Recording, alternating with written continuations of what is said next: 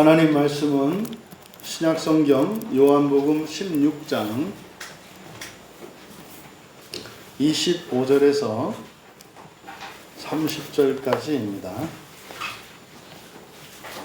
신약성경 175쪽입니다. 찾으신 분들은 25절부터 30절까지 말씀을 함께 읽겠습니다.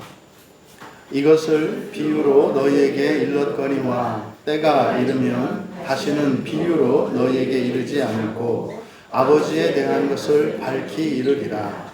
그날에 너희가 내 이름으로 구할 것이요 내가 너희를 위하여 아버지께 구하겠다 하는 말이 아니니 이는 너희가 나를 사랑하고 또 내가 하나님께로부터 온 줄 믿었으므로 아버지께서 친히 너희를 사랑하심이라.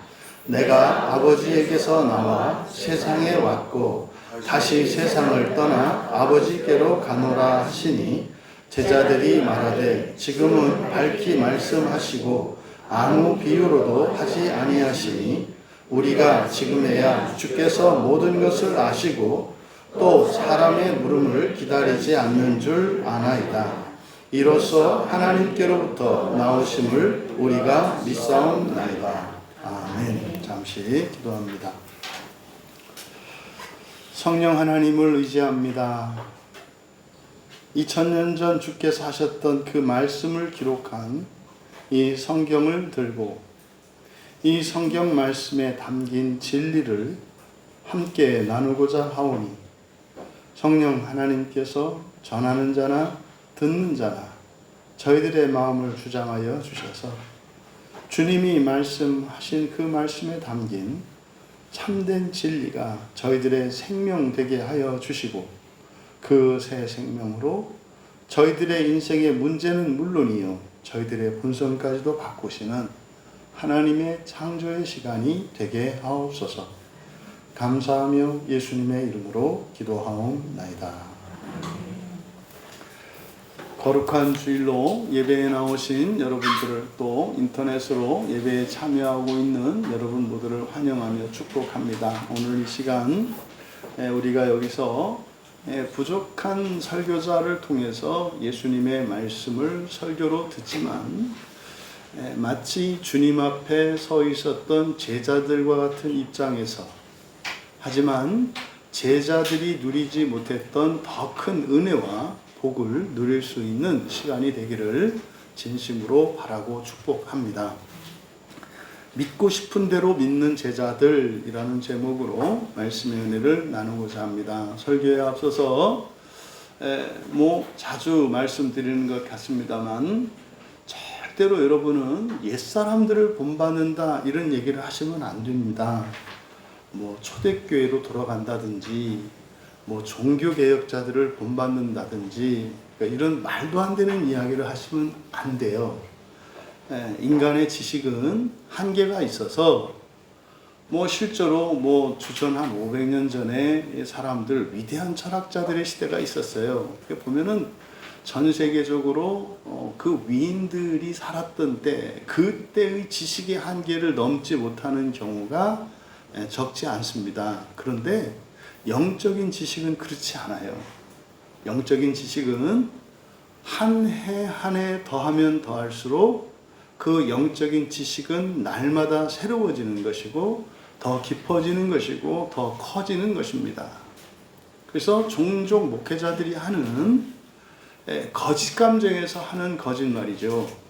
해 아래 새 것이 없다는 말을 하면서 마치 성경의 계시가 모두 다 드러난 것처럼 말씀하시는 분들이 있는데 그것은 굉장한 신성모독입니다. 그 얘기는 하나님이 지금 일하지 않고 계신다는 얘기거든요. 맞지 않습니다. 부디 설교에 앞서서 이 말씀을 드리는 것은 여러분들이 이 성경에 대한 어떤 여러분들이 알고 있는 기존의 지식이나 해석을 절대시하지 말라는 거예요. 제가 여러분 앞에 양심적으로 신앙적으로 제가 분명히 말씀드릴 수 있는 것은 저희들이 신앙의 기준으로 삼고 있는 성경은 헬라어로 된 신약 성경과 히브리어로 된 구약 성경이며 최소한 저는 여러분 앞에서 제가 할 수 있는 한 이 성경 원문을 번역을 해서 전합니다. 해석에 약간의 차이는 있을 수가 있습니다. 설명, 해설하는 데 있어서는. 하지만 본문을 번역하는 데 있어서는 그렇게 큰 차이가 없습니다. 제가 이렇게 마음이 아프고 답답한 게 뭐냐면 성경의 원문과 전혀 다른 해석을 가지고 설교를 한다는 거예요. 너무너무 마음이 아픕니다. 여러분, 그게 그냥 대충 그렇게 해도 되는 것이 아니에요. 왜냐하면 여러분들의 사후에 정말 영원한 나라에 대한, 다시 말해 천국과 지옥에 대한 여러분의 운명이 결정돼요. 그렇게 가볍게 여길 수 있는 부분이 아니에요. 이렇게 말씀드리는 이유는 이 본문이 지금 예수님의 마지막 유언적인 설교이지 않습니까? 그러니까 굉장히 예수님의 복음 진리가 응축되어 있는 압축된 그리고 간절한 말씀인데 이 말씀조차 제대로 설교가 되고 있지 않다는 거예요. 이 말을 제가 여러분 뭐 다른 목사님이 이거 잘못합니다 이렇게 할 땐 절대로 제가 잘한다는 얘기가 아니에요. 할 수 있는 것을 안 한다고 얘기를 하는 거예요. 이거는 성경을 설교하는 목사들은 뭐 그 사람의 탁월함이나 무슨 뭐 뛰어난 학력이나 이거 요구하지 않습니다. 목사인 사람들은 성경 원문을 볼 수 있는 사람들이에요. 성경 원문을 볼 수 없는 사람은 목사가 아니에요. 목사하면 안 돼요. 그러니까 성경 원문을 볼 때까지 공부하고 준비하고 그 다음에 목사가 되는 거예요. 그러면 아니 여러분, 성경도 읽을 수 없는 사람이 어떻게 목사를 해요?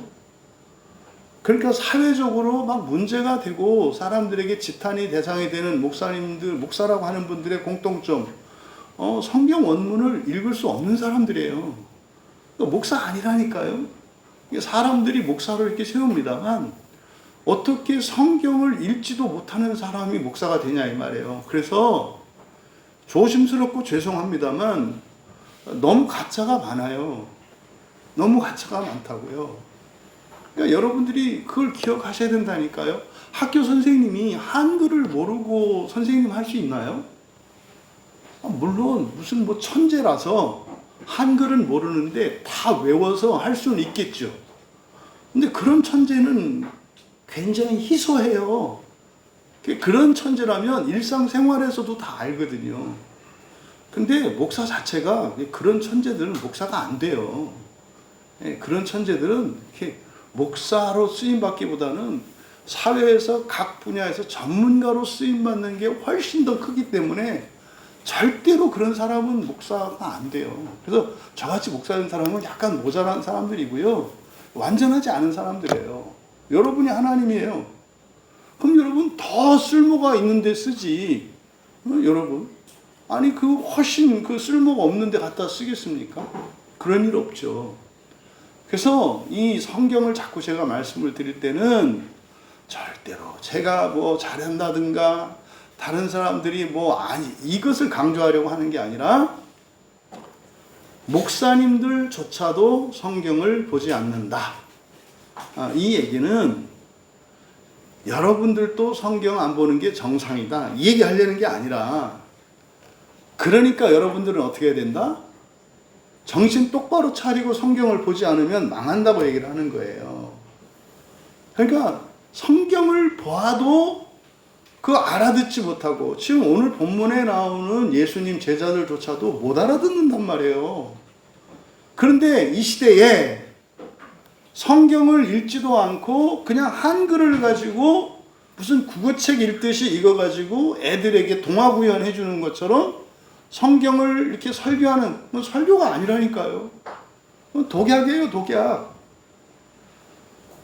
그러니까 여러분들은 진짜로 더 성경을 읽는 일에 힘을 쓰셔야 돼요. 여러분 자신을 위해서 그리고 여러분 가족을 위해서. 최소한 여기 가정을 가지신 여러분 다 부모 형제 다 있잖아요. 이러니 저러니도 그들을 위해서라도 여러분들이 성경을 진지하게 보셔야 한다. 이렇게 말씀드리는 것은 뭐 오늘 본문뿐만 아니라 모든 성경이 많이 해석이 잘못되어 있고, 앞서 말씀드렸지만 지금 우리 한글로 되어 있는 이 성경에 사용된 단어들은 성경 원문에 있는 단어들의 3분의 2 정도밖에 안 돼요. 그럼 무슨 말이에요? 3분의 1 정도 되는 성경의 중요한 어휘들이 어떻게 돼 있다? 감춰져 뭉개져 있어요. 그러니까 이 한글 성경 1000번 읽잖아요. 이단돼요. 한글 성경 1000번 읽으면 이단된다고요. 왜요? 3분의 1이 이 안에 없어요. 원래 성경 내용이. 근데 이거를 전부 다 한 줄 알아요. 그러니까요, 아구가 안 맞겠죠. 아니, 사람 몸뚱아리가 3분의 1이 떨어져 나갔어요. 에? 그걸 가지고 여러분들이 완전히 알았어요. 3분의 1을. 그거를 전부인 줄 알아요. 그럼 그 사람이 하는 말은 정상적인 말이겠어요? 아니죠. 우리 몸뚱아리에 3분의 1이 없는 거를 그게 다인 줄 알고, 그게 전체인 줄 알고, 뭐 확신에 차서 이렇게 설교를 할 때, 그 듣는 사람들은 뭘 듣겠어요? 절대로 살아있을 수 없는 죽은 사람에 대해서 듣고요.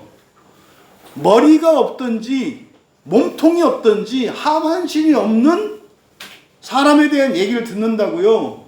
그러니까 제가 이거를, 목사님들의 설교나 이걸 들으면 너무 가슴이 아픈 거예요. 이 강단에서 말하자면 예수님의 시체인데, 예수님의 시체도 시체가 아니라 예수님의 시체에 3분의 1이 떨어져 나가는 걸 갖다 놓고 이게 예수다, 이게 복음이다 이렇게 말하고 있단 말이에요. 근데 뭐 제가 어떻게 하겠어요? 성경에서 위로를 삼는 건 뭡니까? 여러분이 참된 진리로 은혜를 받고 여러분이 마음에 기경이 일어나면 그 은혜가 차고 넘쳐 흘러서 그 말도 안 되는 설교를 들은 사람들에게 그들이 들은 적도 없고 깨달은 적도 없던 그것들을 알게 하시는 성령의 역사가 일어난다는 거예요. 이 말씀을 드리는 이유는 여러분, 예배에 참여하셔서 설교를 듣는 일이 매우 공적인 일이고, 이거는 여러분들이 생각하는 이상의 가치가 있는 일이라는 사실을 말씀드리기 위한 거예요. 여러분들이 온 마음을 다해서 여러분의 유익을 위해서뿐만 아니라 정말 여러분의 가족, 조상, 자손, 그리고 나라와 민족과 이 시대를 위해서 여러분들이 정말 알고자 하는 마음으로 이 설교에 집중할 수 있기를 진심으로 바랍니다. 이 말을 해도 공감이 되지 않는 분은, 나밖에 생각하지 않는 사람들은 제가 한 말이 아무 의미가 안 돼요. 할 수 없어요. 그거는 자기 영혼이 죽어 있는데 제가 이야기한들 무슨 의미가 되겠어요? 어쩔 수 없어요. 그러니까 그런 사람들을 위해서라도 알아들을 수 있는 여러분이 더 힘을 내셔서 생명이 그들에게 흘러가게 해라. 그래서 그들의 영혼이 깨어날 수 있도록 하자. 왜? 우리 다 같이 가야 되니까. 응? 다 같이 가야 되니까. 심지어는 예수님을 믿지 않을 뿐만 아니라 기독교를 박해하는 사람들도 같이 가야 하니까. 이거는 우리가 친하고 안 친하고, 나를 사랑하고 미워하고의 그건 별개의 문제예요. 일단은 어떻게 해요? 아니, 여러분, 물에 빠져서 막 죽어가는데 착한 놈 뭐한 놈 따집니까? 살려야 되잖아요. 최소한 이건 공감되시죠? 근데 이 시대는 이런 말도 공감이 안 되는 시대예요. 저 자식은 우리 편 아니니까 죽었어, 이렇게 하는 시대거든요. 이 시대는. 여러분만큼은 죽어가는 사람은 그게 살인 강도였든 무엇이었든 일단 뭐 해야 된다?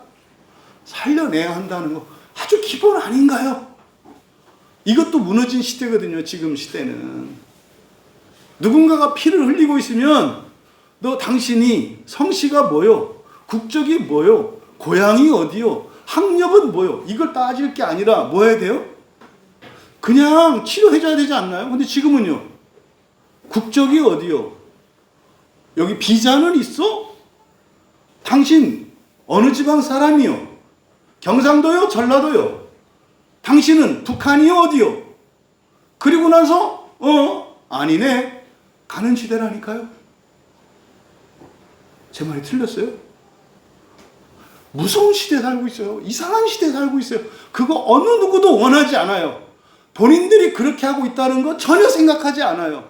근데요, 이렇게 보면 그렇게 산다니까요.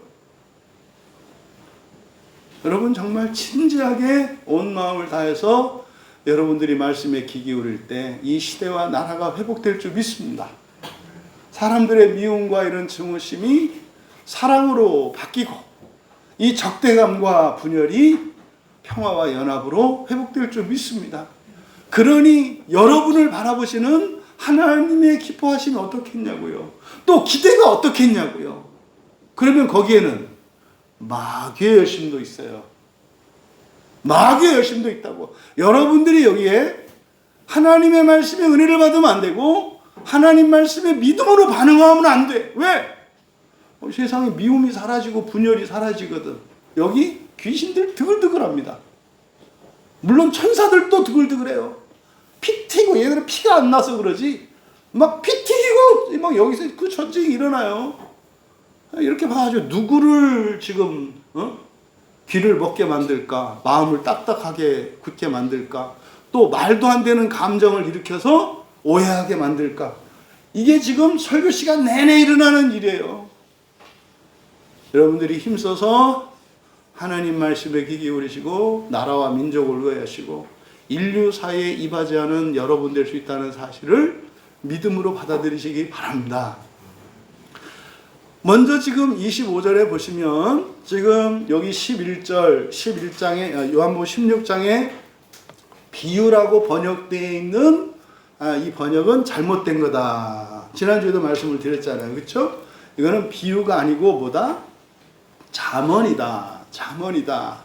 비유와 잠언은 달라요. 그래서 이 잠언이라고 하는 것은 교훈을 담고 있는 짧은 이런 구절을 잠언이라고 해요. 근데 또 잠언의 또 하나의 특성은 뭐냐면 널리 아는 겁니다. 널리 아는 것. 뭐 요즘에는 뭐 한자어를 잘 쓰지 않기 때문에 모르지만 뭐 옛날에는 그런 잠언들이 많이 있었죠. 뭐 이렇게 예를 들어서 주민이 가화만사성이라는 말 아니? 근데 옛날에는 어렸을 때도 다 알았거든. 왜냐면 가화만사성이라는 말이 이발소가에 가서 써 있고 버스 안에도 써 있고 식당 가도 써 있고 여기저기 다 써 있어. 또 집집마다 써 있어. 이렇게 가화만사성 이런 걸 잠언이라고 해요. 가화만사성이 뭐냐면 가가 가족이야. 가족. 화가 평화롭고 화목한다는 뜻이고 만사니까 모든 일이야. 성은 잘 된다는 뜻이야. 그래서 가족이 화목하면 모든 일이 잘 된다. 이런 걸 잠언이라고 하거든요. 비유가 아니에요. 아주 교훈이 중요한 교훈을 짧은 말로 사람들이 기억할 수 있도록 해서 실생활에 큰 유익을 얻도록 하는 것. 이게 잠언이에요. 그러니까 잠언이라고 하는 것은 교훈을 담고 있어요. 교훈을 담고 있다는 건 뭡니까? 그 교훈을 아는 사람이 있고 교훈이 필요한 사람이 있다는 뜻이죠. 그러니까 가르치는 사람이 있고 배울 사람이 있다는 전제가 있어요. 잠언이라고 하는 게. 그래서 지금 25절에서 예수님께서 이것을 이라고 했습니다만 이렇게 쉽게 이것 이렇게 하면 안 돼요. 이게 복수형으로 되어 있거든요. 이것 하면은 단수니까 바로 앞에 있는 것을 가리키거든요. 근데 그게 아니라 복수형으로 되어 있어서 이것들입니다. 이것들을 내가 이것들을 잠언으로 너희에게 말했다. 이제 여기서 일렀거니와 이렇게 됐는데 완료 시제로 썼어요. 완료 시제. 완료 시제는 뭡니까? 할 말 다 했다는 뜻이에요.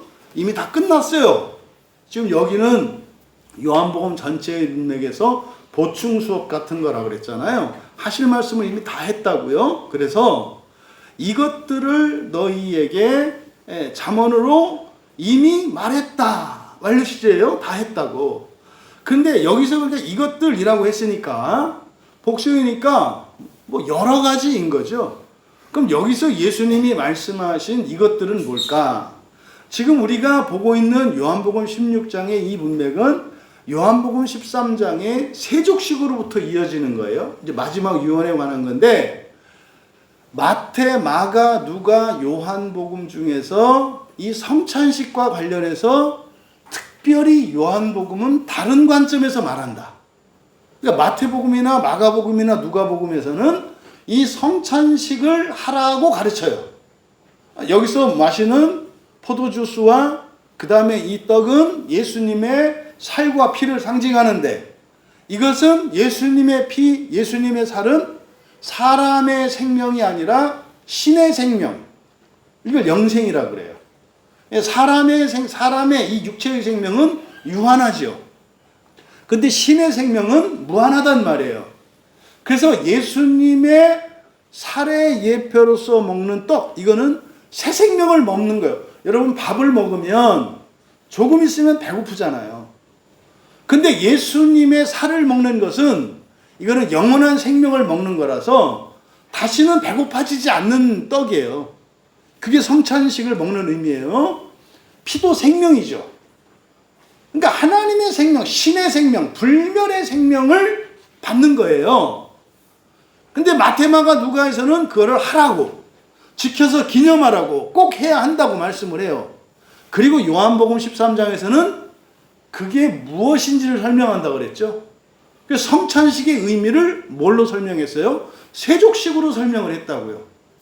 그러면 요한복음 13장에서 설교할 때 여러분들이 이제 기억을 되살려 보면은, 예수님이 베드로 발을 씻어주려고 하니까 그 종이 이제 원래 주인의 발을 씻는 거잖아요.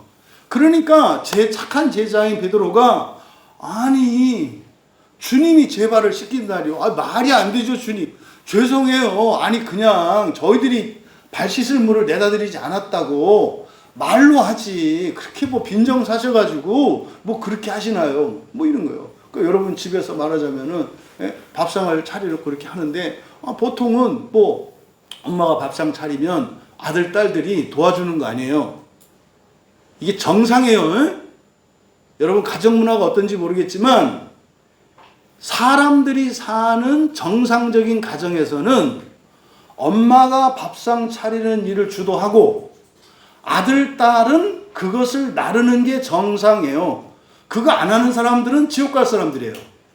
왜? 비정상이니까. 엄마는 하녀가 아니에요. 그럼 자녀들은 국 나르고 밥 나르고 밥 숟갈 놓고 이렇게 하는 거라고요.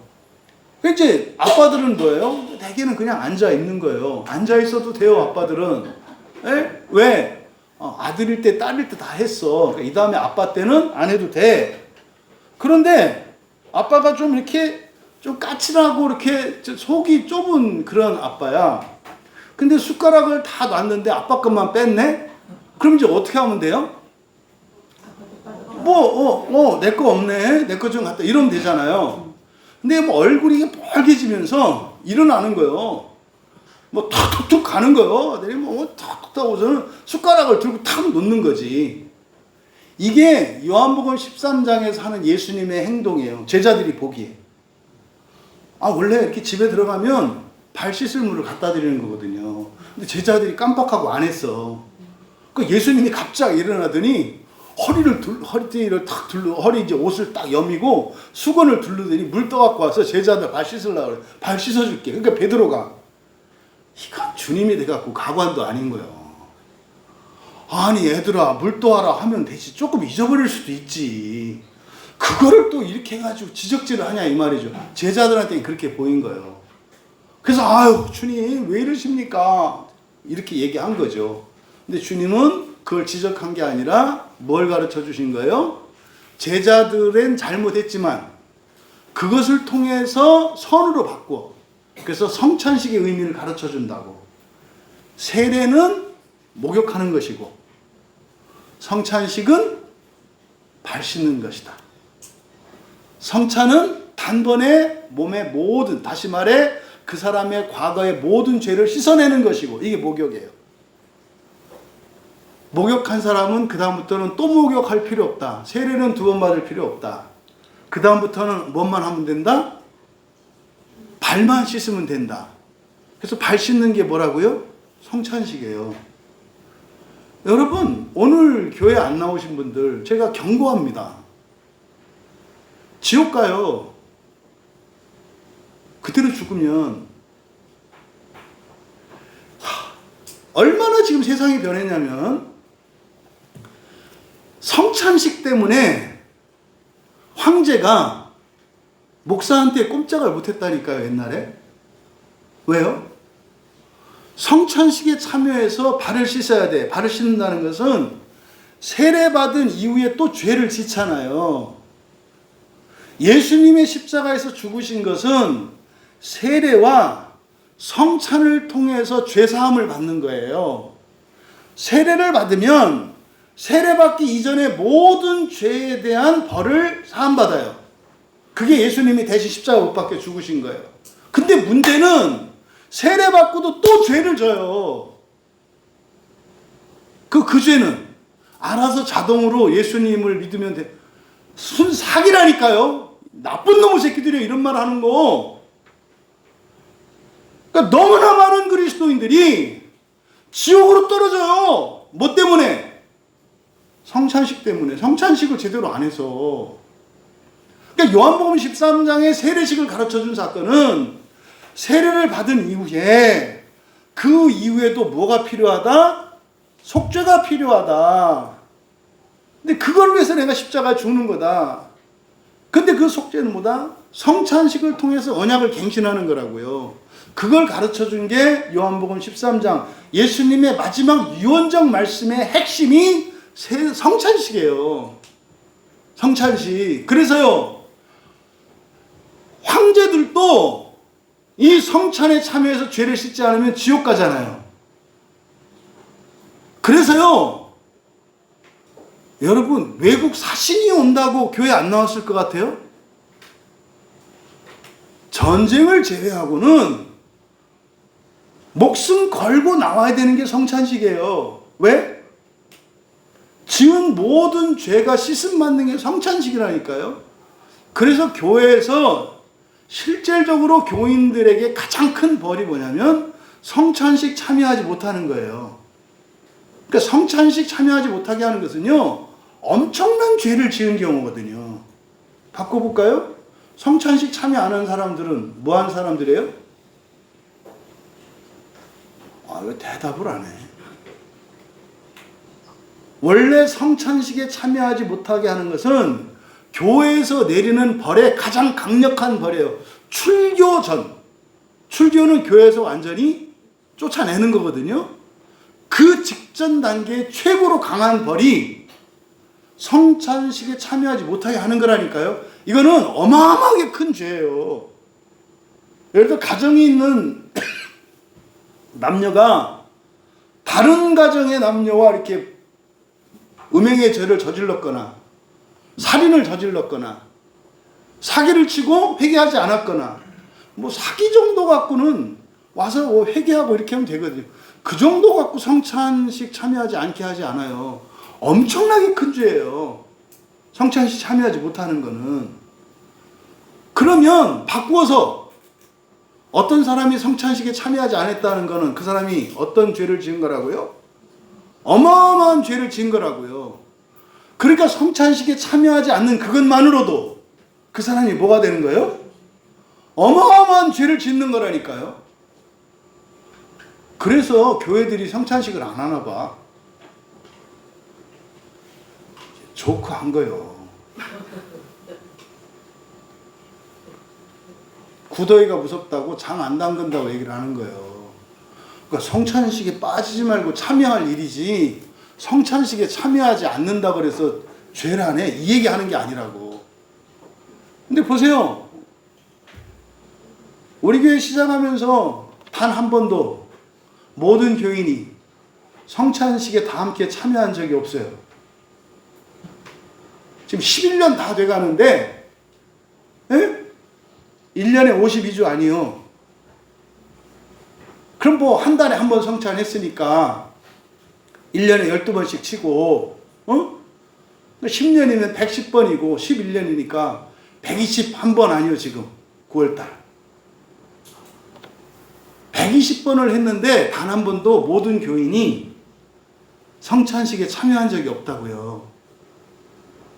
우리 교회조차. 제 생각에는 2000년 교회사에서 중세교회 때는 오히려 했을 수도 있어요. 치리받은 사람이 없으면 그때는 안 나왔을 리가 없지. 근데 종교개혁 이후에 하여튼 우리나라 한국 교회에 어떤 교회가 100% 성찬에 참여한 교회는 극히 드물어요. 극히 드물어요. 극히. 없다고는 못해요. 왜냐면 제가 개척하기 전에 이제 이렇게 좋다고 하는 교회들을 찾아봤었는데 거기도 굉장히 성찬을 중요시하고 가정예배를 옛날에 우리 교회도 한번 오셨던 목사님이죠. 고신춘 목사님. 그 교인들은 이분들은 이렇게 교양이나 학력이나 사회적으로나 인품으로나 거의 다 이렇게 다 괜찮은 분들만 모여 있는 어떤 교회가 있어요. 거기는 빠지는 사람도 없어요. 거의 그냥 성찬식이 아니라 그냥 예배 자체 주일 예배를 빠지는 사람이 한 사람도 없어. 특별한 저거를 제외하고 그런 교회 있더라고. 제가 솔직히 말해서 그 교회 다니고 싶었다니까요, 제가. 야, 이 교회에서 신앙생활 했으면 좋겠다. 근데 이제 숨은 좀 막히겠다. 이런 생각은 들더라고요. 저는 이게 약간 자유로운 영혼이어서. 그래서 이건 아니다. 이렇게 생각을 했거든요. 결정적으로. 나도 목사인데 나는 성찬식에 참여할 수 없대. 이제 그거 하나로 이 교회는 꽝이다. 저는 이제 그랬죠. 아니, 나도 목사인데 그 교회 교인이 아니라고 성찬식에 참여하지 못한대. 그러니까 이 사람들이 그냥 형식으로만 지키고 있고 프라이드만 갖고 있구나. 우리 교회 최고야. 나중에 알고 보니까 역시 그렇더라고요. 이 말씀을 드린 취지는 영적으로 이 교회가 얼마나 공격당하고 있는지. 옛날에는 발발발 떨고 그 황제조차도 성찬식에 참여하려고 아주 기를 쓰고 왔는데, 그리고 그 참여하지 못할까봐 최소한 토요일날 밤까지는 목사님한테 찾아와가지고 죄를 다 고백하고 성찬식에 참여할 수 있게 해달라고 속죄를 받고 기쁨으로 성찬식 참여했는데, 이놈의 시대는 아주 오라고 해도 안 와. 오늘 교회 안 나오시고 설교를 듣는 우리 집사님들 정신 똑바로 차려. 당신들 지옥 간다니까. 뭔 배짱이야. 그러니까 정 빠져야 되겠으면 최소한 한 달에 마지막 주는 좀 건들지 마라. 여러분의 구원을 책임지고 있는 저로서는 마음이 타는 거예요. 아니, 한 달에 한 번도 그거 못해? 절대적으로? 인간이 그따위야. 한 달에 한 번도 못하냐고. 차라리 다른 주 다 빠지고 이번 주간에는 나오라니까, 제발. 제가 성찬 주간이 되면 마음이 타요. 토요일날 전화 와. 근데 내가 아예 안 받잖아요. 마음이 뒤집어지니까. 그럼 이제 아내가 얘기하지. 또 누구 집사님 못 나온대요. 미치겠는 거예요. 그거 어떻게 해야 돼? 저주를 내려가지고 정신 똑바로 차리게 해서 나오게 해주세요. 그렇게 기도할 수는 없잖아. 근데 계속 하면 그렇게라도 기도해야 될 판이요. 왜? 살아서 고생하더라도 죽어서 지옥 가면 안 되니까. 성찬식 목숨 걸고 지켜라, 여러분. 또 저 진주에 계신, 통영에 계신, 또 딴 데서 지금 설교 드시는 서산 어디, 그럼 나는 지금 성찬 안 가냐? 아니다. 지금 인터넷상으로 참여하고 있지 않냐? 못 오는 거지 않냐? 안 오는 게 아니라 이따 성찬할 때 어떻게 해라? 떡을 나눌 때 같이 믿음으로 입에 넣고 같이 씹어라. 응? 왜? 이건 상징이니까 씹어라. 잔을 마실 때 같이 마시고 삼키고 결단해라. 그러면 된다. 여러분, 제가 진짜 부탁드려요. 이 성찬의 유익만큼은 절대적으로 양보하지 마세요. 그래서 지금 이 시간 여러분 결단하세요. 내가 항암 치료를 하느라고 병원에서 주사를 꽂고 있어도 링거 들고 교회 오든지 아니면 인터넷으로라도 반드시 성찬에 참여한다. 이 얘기하는 거는 제가 봤기 때문에 그래요. 응? 고등학교 3학년짜리 딸이 불치병에 걸려서 죽어가는데 아무것도 없어. 근데 생명을 연장시키는 방법이 링거 주사 6개 약을 꽂고 있는 거예요. 이 약이 떨어지면 안 돼. 여러분, 여자의 고등학교 3학년 애가 고등학교 때부터 맨날 불치병으로 지금 시한부 생명을 살아. 근데 그나마 죽지 않고 살려면 이 약물이 뭔지는 모르겠지만 6개 링거를 6개를 걸고 있어야 돼. 그러고 살아. 이게 사는 거예요? 근데 누가 어떤 교회 가면은 하나님이 고쳐주신다고 해서 링거 6개를 들고 교회로 왔다니까. 오더라고. 에? 링거 6개를 들고 말 같으지. 여러분 생각해봐요. 우리 교회 누가 저 뒤에 오는데 링거 6병을 요즘에는 뭐 비닐 팩이긴 하지. 옛날엔 다 유리병이야. 유리병 6개 들고 온다고 생각해봐. 고등학교 3학년짜리가. 준민도 그렇게 교회 오겠냐? 쉽지 않겠지? 주사 막 6개 병 달고 엄마 3개 아빠 3개 이렇게 하고 이러고 교회 오고 싶겠냐고. 근데 걔가 살았어요. 어쨌든 교회 와서. 말씀드린 이유는 이 세상의 병을 고치기 위해서도 모든 것을 다 버리고 그렇게 하는데 지금 절대로 지옥 가지 않을 수 있는 은혜의 방편이 성찬인데 이거에도 왜 목숨을 안 거냐고. 뭐 이렇게 힘든 것도 아닌데. 우리 교인만큼은 제가 이렇게 하는 이유는 나는 우리 교인들 절대로 지옥 보낼 수 없어서 그래요. 왜? 여러분 중에 누가 지옥 가면 난 따라갈 것 같아. 나 혼자 어떻게 가? 교인이 거기 들어가는데 어떻게 가요? 데리고 와야지. 나 가기 싫어서. 나 가기 싫어서. 여러분 중에 누가 가면 나도 가야 될 거 아니야. 목사인데. 나 가기 싫다니까. 근데 왜 자꾸 다 끌고 가려고 그래? 이게 지금 핵심이에요. 그래서 이 성찬식의 가치를 가르쳐 주신 요한복음 13장에서부터의 모든 말씀, 핵심은 그거예요. 핵심은 지옥 가지 않고 첫째 부활에 참여할 수 있는 거 요약하자면 이거를 25절의 시작에 이것들이라고 한 거라고요. 이것들을 잠언으로 잠언이 뭐라 했어요? 비유가 아니라고. 다 아는 얘기라고. 왜 비유라고 번역해? 이 나쁜 놈들아. 비유는 어떤 사람들은 알아듣고 어떤 사람들은 못 알아듣게 하는 거예요. 여러분, 그럼 예수님이 지옥 가지 않을 수 있는 거를 어떤 사람은 알아듣게 하고 어떤 사람은 알아듣지 못하게 했다고? 이런 싸가지지. 밥에다가 하나는 독약이 들어있고 하나는 보약이 들어있어. 근데 집에 있는 아이한테 하나한테는 어깨를 툭 치고 이렇게 표시하고 다른 아이한테는 얘기 안 했다고? 그게 엄마요? 여러분들이 생각해봐. 자식이 있는데 어떤 자식한테만 저거 독약 탄 거니까 먹지 말라고 그러고 딴 애한테는 그거 먹기 내버려 둔 그게 부모냐고. 그럼 여러분이 믿는 예수님은 그런 예수님이요? 내가 믿는 예수님은 그런 예수님 아니에요. 이게 간단한 얘기가 아니에요. 이걸 비유라고 하느냐 잠언이라고 하느냐에 따라서 의미가 완전히 달라져요. 잠언은 뭐라고요? 누구나 다 쉽게 알아들을 수 있는 말이에요. 확실하게. 설명도 필요 없어. 비유는 어떤 사람은 알게 하고 어떤 사람은 알아듣지 못하게 하는 거라니까요. 이건 잠언일 수가 없죠. 비유일 수가 없어요. 그래서 이것들을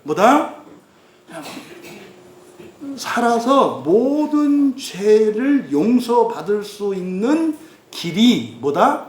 성찬식이다. 이거를 잠언으로, 이런 것들을 자세하게 잠언들로 누구나 다 알아들을 수 있도록 말씀하셨다는 거예요. 왜? 너희들은 모르고 나는 아니까. 너희들이 알아들을 수 있도록.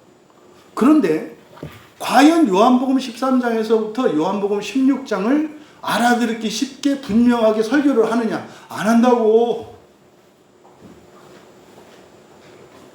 예수님의 뜻과 너무 다르게 한다고 목사님들이. 제발 그러지 말라고. 그거 아니라고. 이미 다 말씀하셨대요. 그런데 25절, 때가 이르면 다시는 비유, 이거 비유 아니에요. 여기 지금 비유가 다 잠언이에요. 다시는 잠언으로 너에게 이르지 않고 아버지의 양을 밝히 이를 것이다. 이렇게 이제 번역도 이게 잘못되어 있어요. 그러니까 그냥 우리말 성경대로 봅시다. 그냥 우리말 성경대로. 이것을 비유로 너에게 일렀거니와. 이건 무슨 말이에요?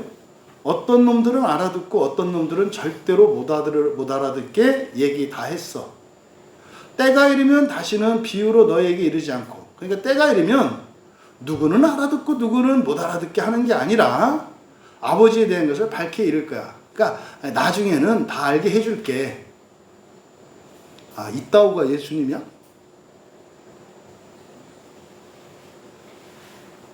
난 안 믿어요, 그런 예수님. 나보다도 못한 것 같은데? 여러분보다 못한 것 같아요. 여러분 그렇게 안 하지 않나요? 에? 깜깜한 밤중이야. 지난번에 우리 민수 밤에 가다 크게 다리 다쳤잖아. 낮이었나? 너 그래. 낮에 가다 다쳤잖아. 그때 그냥 깜깜한 밤이었어. 예를 들어서. 그리고 누구라도 그렇게 할 수 있었어. 아, 그치. 밤이 아니라 네가 밤을 만든 거였지.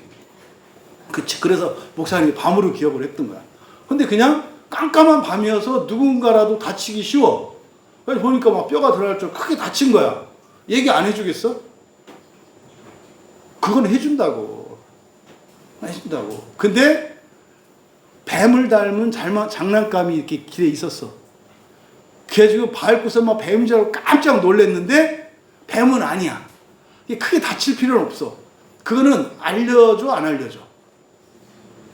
안 알려줄 가능성도 있어. 왜? 누군가가 그걸 밟고 나처럼 놀랄 걸 생각하니까 재미가 있거든. 근데 상황이 다르잖아. 이거는 지금 지옥의 각오의 안과의 상황이에요. 이거는 알려주지 않을 수가 없다고. 심한 경우 얘기해 줬을 때 그런 게 어딨어 할 때 그냥 불안해서 일부러라도 따라가겠지. 아 진짜 내가 거기까지 가줄게요. 아 왜 와요? 오지 마요. 왜 따라가겠지. 이게 이제 그리스도인들 전도하는 사람들이야. 절로 가라고 해도 뭐 오잖아 이렇게. 가서 거기 보니 조심하세요. 여기서 조심하세요. 여기 이제 뭐 있어요. 아 있긴 뭐가 있다 그래. 아니요 진짜요. 그냥 딱 보니까 그냥 가면은 크게 다쳤겠거든. 그때 가서 뭐예요? 아 고맙다고 하는 거지. 이제 그러고 교회에 나오는 거예요. 딱 깨닫고. 그러니까 지금 이 지옥의 문제를 말씀하시는 거라고. 그래서 이것에 관한 것들을 비유로 하고 나중에 이상한 얘기잖아요. 그냥 읽으니까 아무 생각 없이 읽으니까 뭐 그랬나 보네. 뭐 이렇게 하는 거지. 근데 의미를 갖고 보니까 이럴 리가 없잖아요. 지옥에 갈 거냐 말 거냐의 문제를 누구는 알아듣게 하고 누구는 알아듣게. 특히 이제 장로교인들은 또 그러겠지. 아, 목사님 예정교리가 있잖아요. 찢어 죽일 놈 같으니라고. 니네 아버지는 너를 죽일지 살릴지 지금 예정해놨는지 언제 너를 죽일 수도 있다는 얘기냐? 그딴 이중 예정교리가 어딨어. 그런 거 아니라니까. 그러니까 지금 여러분 나눠드린 강의 안에 사역을 참고해서 보시면 잠언으로 너에게 말했지만 더 이상 그렇게 말하지 않는다. 그러니까 지금 뒤에 보면은 이렇게 된 게 아니라 그대로 직역하면 내가 이것들을 잠언으로 너에게 이미 말하였으나, 이미가 빠졌네요. 완료시제를 이미라고 제가 넣었는데, 내가 더 이상 잠언으로 너에게 말하지 않을 것이며 아버지에 관하여 너에게 담대하게 전할 때가 온다. 그러면은요, 앞에 내용 보죠. 누구나 알아듣기 쉽게 다 얘기했대. 예? 누구나 알아듣기 쉽게 했대. 그러니까요. 다 알아들을 수 있어요, 없어요? 있어. 다 알아들을 수 있다고. 그런데 뒤에 가서 또 그래요. 더 이상 잠언으로 이렇게 말하지 않을 때가 왔대. 그럼 이게 어떤 의미인 것 같으세요? 그러니까 요게 해석이 필요한 거예요. 그러니까 이게 뭐예요? 지금은 내가 너희들을 가르쳐주고 너희들은 배워야 돼. 그런데 나중에는 내가 너희들한테 가르치거나 너희들이 나한테 배울 필요가 없는 때가 온다는 얘기라니까요. 이 얘기를 한 거예요, 이 얘기를. 그러니까 이건 지금 뭐에 대한 얘기입니까? 부활에 대한 얘기라고요. 지금은 여러분들이 성경을 보셔야 돼요. 설교를 들으셔야 되고, 기도하셔야 되고, 고민하셔야 되고, 말씀 가지고 직접 부딪혀 봐야 해요. 내가 참으로 믿는가, 믿지 않는가, 그런가, 그렇지 않은가 하셔야 된다고. 근데요, 그렇게 할 필요가 없는 때가 와. 그게 언제예요? 부활할 때라고. 그러면은요, 하나님과 완전히 일체가 됐기 때문에 내가 아는 거 하나님이 알고 하나님이 아는 거 내가 알아요. 하나님이 하고 싶은 거 나도 하고 싶고 하나님이 먹고 싶으면 나도 먹고 싶고 지금 25절은 그 말씀을 하는 거라고. 그 다음에 뒤에서 또 하나가 뭐예요? 아버지에 대한 것을 밝히 이르리라. 우리말 성경 밝히라고 되어 있습니다만 이게 뭐랬어요? 파레시아 담대함이라고 그랬죠? 담대함이라고 하는 거는 뭐 용기를 내고 이런 게 아니라 그랬어요. 모든 말을 다 하는 거예요. 모든 말을. 마음속에 있는 모든 말을 다 하는 게 담대함이라고. 근데 제자들은 담대함이 없다고. 그러니까 담대하게, 그러니까 예수님이 모든 말을 다 할 때가 온다는 거예요. 그리고 지금 우리말 성경에 이르리라 이렇게 되어 있지 않습니까? 이르리라 이렇게 되어 있습니다만 이게 아팡겔로라는 말이에요. 아팡겔로. 아포는 떨어진다는 뜻이죠. 아팡겔로. 그러니까 요거는 그래서 전한다는 뜻이에요. 전한다는. 그래서 내가 아버지, 여기서는 성부 하나님을 말하잖아요. 성부 하나님에 관해서 담대하게니까 오해도 없고 내가 걱정할 필요도 없고 설명할 필요도 없고 이런 뜻이에요. 여기서 담대하게는 그냥 말하면 돼. 이게 여러분들 중에 부부나 가족이나 친구 가운데 담대하게 말할 수 있는 관계, 이게 진짜 친구거든요.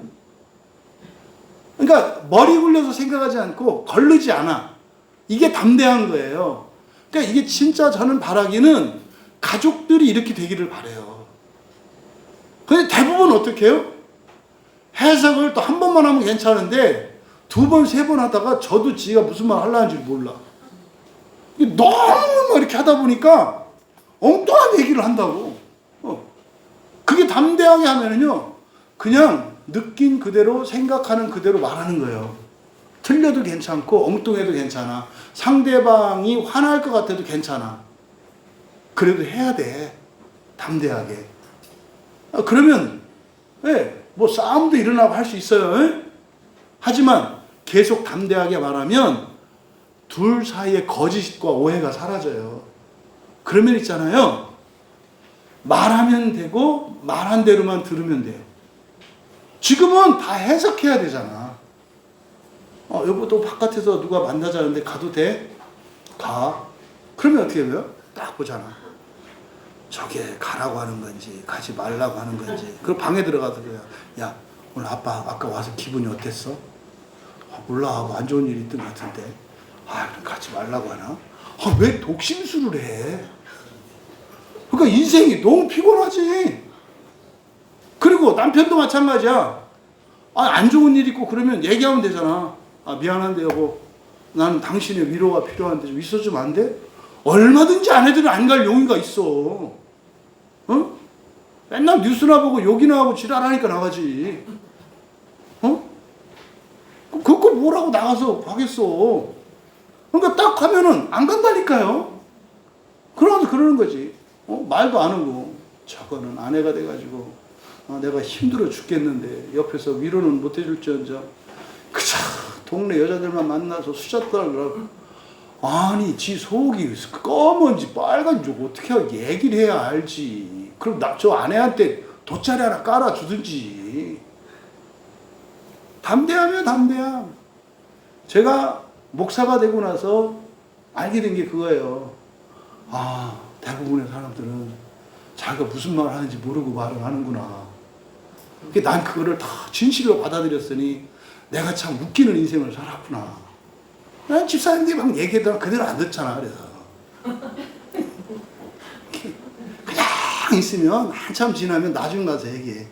아니, 사실은 어제 남편하고 싸웠어요. 그 얘기를 하는데 뭐 나라가 어떻고 뭐가 어떻고 교회가 어떻고 옛날 신앙생활, 그런 얘기 왜 해? 어제 그냥 남편이 오해가지고 막 화내고 이러는데 인격적으로 모독당해가지고 되게 수치심이 올라오고 그러는데 이게 거짓 감정인 줄 알지만 밉더라고요.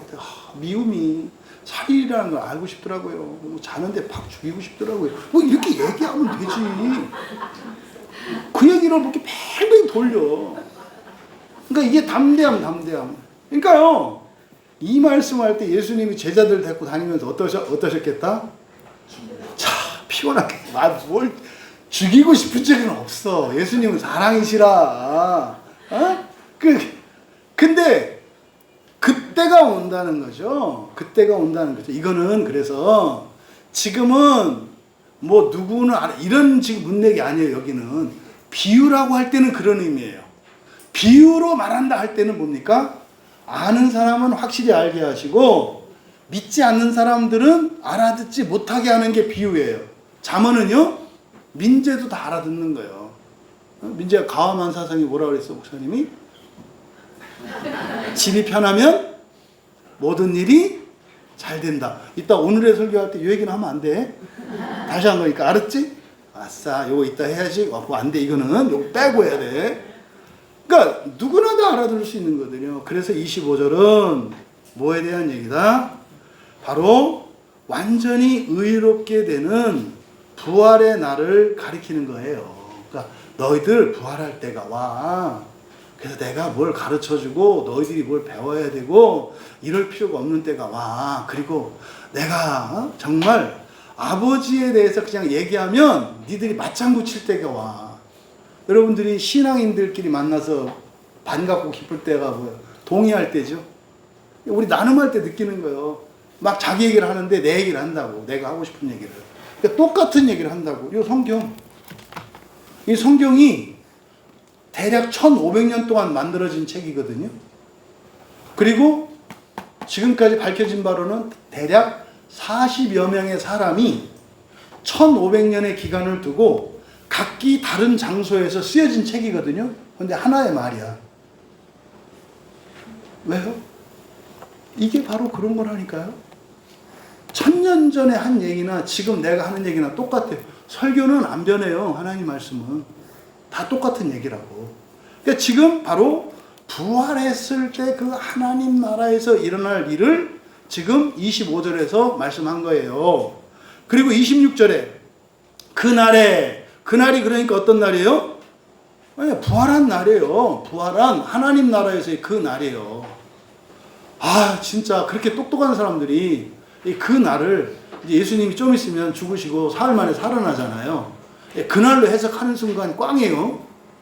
이게 부활이 완전히 없어지는 거고 하나님 나라도 없어지는 거예요. 그럼 부활은 죽었다 살아나는 게 부활이고요. 하나님 나라는 지금이 하나님 나라가 되는 거예요. 이게 무천년적 종말관을 가진 사람들이 그 잘못된 종말관 때문에 성경을 못 봐요. 부활이 뭔지를 모르기 때문에 이거를 이렇게 해석을 못 한다고요. 근데 그렇게 해석하면 지금 우리말 성경대로 해석하면 말이 안 맞는 말이고 예수님도 괴팍하고 이상한 예수님이라니까요. 순 사기꾼이지. 세상 모두를 사랑한다며, 모두를 구원한다며. 그런데 왜 누구한테는 지옥 가게 하고 누구는 지옥 안 가게 해? 앞뒤가 안 맞는 얘기 아니에요? 근데 이상하게 교회들만 그게 앞뒤가 맞대. 그러니까 그건 앞뒤가 없는 사람이지. 목이 없으니까, 얼굴이 없으니까 앞뒤가 같지. 응? 목 없을 때만 앞뒤가 같아요. 어떻게 같아? 얼굴 없는 거지. 얼굴이 없으니까 앞뒤가 같지. 얼굴이 있고서야 어디가 앞뒤가 같아요. 그러니까 여러분, 여기서 그날은 바로 그렇게 뭡니까? 완전히 나와 같이 의롭게 된 날이에요. 부활한 날이에요. 그날이에요, 그날. 너희가 내 이름으로 구할 것이며 내가 너희에게 대하여 아버지께 구하겠다고 하는 것이 아니다. 26절에 지금 우리말 성경대로 하면 그날에 너희가 내 이름으로 구할 것이요 내가 너희를 위하여 아버지께 구하겠다 하는 말이 아니니 이게 뭔 말이에요? 내 이름으로 너희들은 구할 것인데 나는 아버지한테 너희를 위해서 구한다는 말이 아니야. 무슨 말이야? 나는 너희들을 위해서 구하지 않을 거니까 너희들이 구해. 뭐 이런 말인가? 뭔 얘기야? 그러니까 25절에 해석이 돼야 26절이 나온다고요.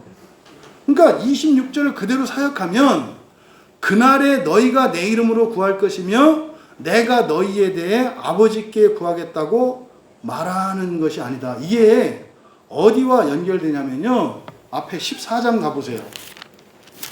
14장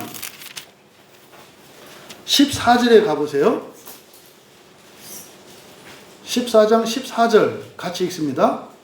내 이름으로 무엇이든지 내게 구하면 내가 행하리라. 이게 말도 많고 탈도 많은 본문이에요. 성경에 분명히 뭐라고 써 있어요? 지금 우리말 성경에 써 있기는 뭐라고 되어 있어요? 내 이름으로 무엇이든지 내게 구하면 내가 행하리라. 이렇게 되시던가요? 이거 사기 다 당해보지 않았나? 그래서 이거는 확실히 가짜라는 것을 다 알고 있지 않나? 그렇지 않아요? 아니, 우리 아들이 요새 힘들어. 하나님, 오늘 저녁부터 우리 아들이 환한 미소를 띠게 해주시고 그저 삶의 의욕을 갖게 해주시고 세상에 둘도 없는 아들 되게 하여 주시고 맨날 번글번글하고 그냥 엄마 아빠 들으면 안마하고 그것도 뭐 알아서 그냥 비싼 알바 가지고 돈 벌어가지고 가끔 진주 목걸이도 사다 주고 저는 안 먹고 엄마 아빠를 위해서 사는 그런 아들이 되게 해주세요. 예수님의 이름으로 기도합니다. 아멘 하고 가슴이 뛴 적이 있어. 왜? 이 본문을 보고 그렇게 돼 있거든. 내 이름으로 무엇이든지 내게 구하면 내가 행하리라. 그 기다렸는데 어떻게 그날? 이게 들어와서 성질 부리고 지랄 난리를 치는데 그러니까 뭐 하겠어요? 성경은 가짜다. 교회 다니면서 사람들이 성경이 가짜라고 확신하게 돼요. 근데 이 14절 앞에 뭐가 있다고 있어요? 여러분 성경에 써놓으셨나? 애한이라고 하는 가정법 조건절을 이끄는 접속사가 붙어 있어요. 애한은 뭡니까? 일어날 수 없는 불가능에 가까운 조건이에요. 그래서 만에 하나 이렇게 되는 거예요. 만에 하나. 그러면 14장 14절을 만에 하나를 넣어서 읽어보세요. 시작. 만에 하나 내 이름으로 무엇이든지 내게 구하면 내가 행하리라. 그러니까요.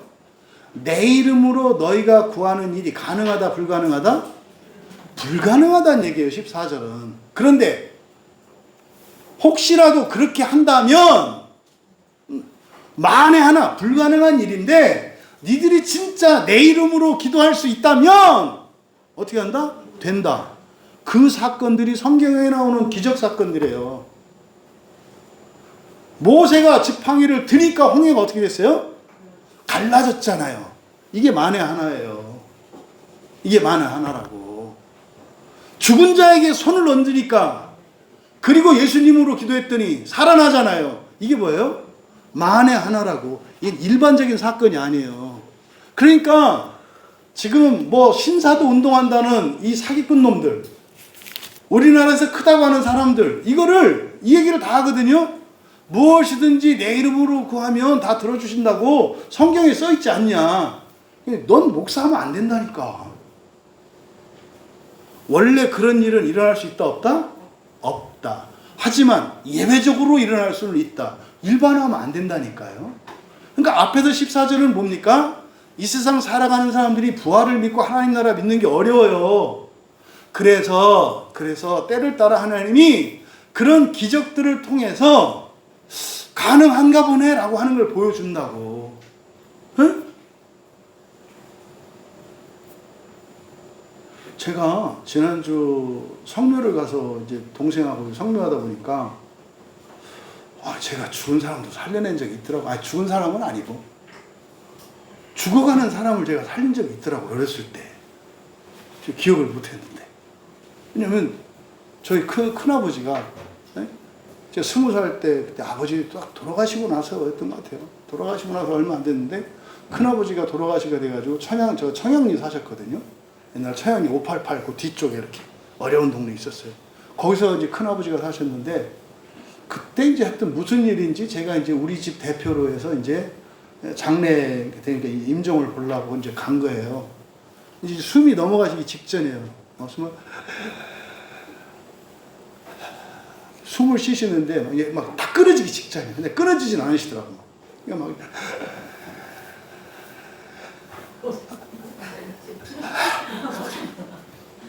그러니까 미쳐 옆에서. 근데 안 돌아가시는 거예요. 그러니까 내가 오니까 이제 아버지 이제 그 사촌 찬제 왔어요. 그래 가서 인사드리라고 이렇게 하는데 그 의식은 있으신데 숨은 못 쉬게 이렇게 하면 제가 죽겠더라고. 그래서 왜 이러시냐고. 이제 돌아가실 때 되면 그런다네요. 숨이 이렇게 올라와서 막는데요. 그래서 제가 그렇게 인사드리면 너무 마음이 아픈 거예요. 밖에 나와가지고 왜 저러시지? 이렇게 다시 들어가 봤어요. 이렇게 와서. 그래가지고 제가 어렸을 때 호기심이 많았어요. 그래서 큰아버지 입을 이렇게 봤어요. 이 안에 가래가 꽉 찼더라고. 입안에. 그 가래 때문에 숨을 못 쉬시는 것 같아. 그 휴지를 달라고 그래갖고 휴지로 가래를 이렇게 뺐어요. 그때 막 가래가 달라붙어가지고 그냥 덩어리 이렇게 쭉 나오는 거 이렇게. 뭐 이렇게 쭉 나와요. 한 장 갖고 안 돼. 그래가지고 여러 번 이렇게 했더니 입안에 있는 거 나왔는데 이 속이 다 막았어, 가래가. 그래서 이렇게 마르니까 둘둘둘 말려. 그러면서 목에서 이렇게 가래가 나오더라고요. 그러더니 살아나셨어요. 물론 이제 그거 하면서 용각산을 사다가 옛날에 용각산이 되게 유명했잖아요. 그렇죠? 예, 그래서 막 물에다가 막 녹여가지고 그거 하고 이제 막 또 먹였어요. 그 할아버지가 살아나셨죠. 우리 큰아버지가 살아나셨거든요. 그때 보니까 성령께서 지혜를 주셨구나. 근데 이거 쉽지 않아요. 돌아가시는 분 이렇게 손대고 이러는 거. 그 어린 나이에 그때부터 목사에 대한 소명이 있었나. 여러분 인생 가운데에도 만에 하나 예수님의 이름으로 구했을 때 무엇이든지 이루어지는 일이 일어날 수 있어요. 근데 그거는 여러분 추구할 것은 아니에요. 중요한 건 뭐냐?